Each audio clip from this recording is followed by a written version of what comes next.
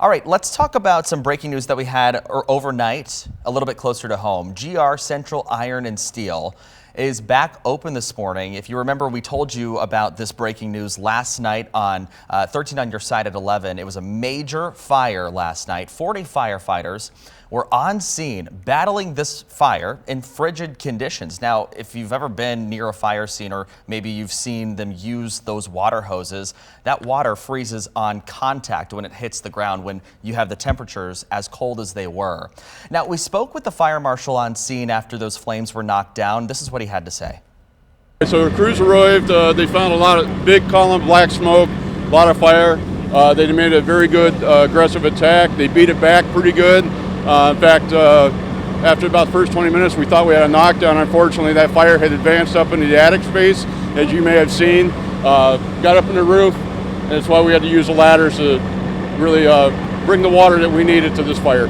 What time about did you guys get here? About 5:40 this evening. It was called in a few minutes there.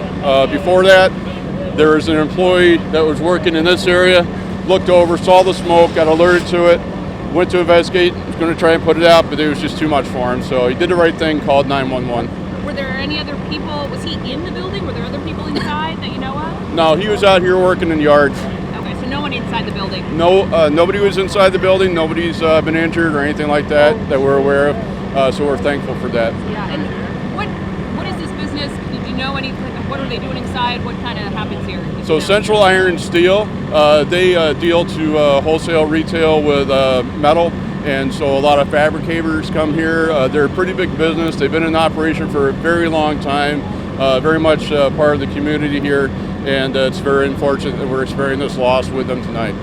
And obviously, I know the temperatures can make things much more difficult. Obviously, we're used to cold, but this is some serious cold. How's that impacting fire attack tonight? So the guys, the suppression personnel right now, they're all getting wet. The firefighters are getting frozen. Their jacket's going to be stiff, going to really impede their mobility. And then, of course, we have the slip and fall issue. So you can see that we're dumping a lot of water here right now, probably about 2,000 gallons a minute. So we've got a little bit of a stream back here that we have to be aware of. We're dumping salt where we can and just trying to help each other out. So you guys will dump salt as you're working to kind of soak up stuff. And damage to this building, I know it's early, but significant, would you say, at this point? Or? Well, the walls are still standing, so that's a good thing. I mean, the roof is obviously going to need to be replaced, and then, but the property value is one thing, but we don't know what their contents are and how that's been affected. So it's a significant loss for this company. Yeah, a significant loss. I mean, of course, anytime that we see a fire, especially in a building that's either being used or maybe somebody's home, or in this case, that business's store or that business's property there, we hate to see that because that is somebody's livelihood at the end of the day. We should mention that the cause of the fire is under investigation. And of course, 13 on Your Side will be on top of any updates that might come out of that.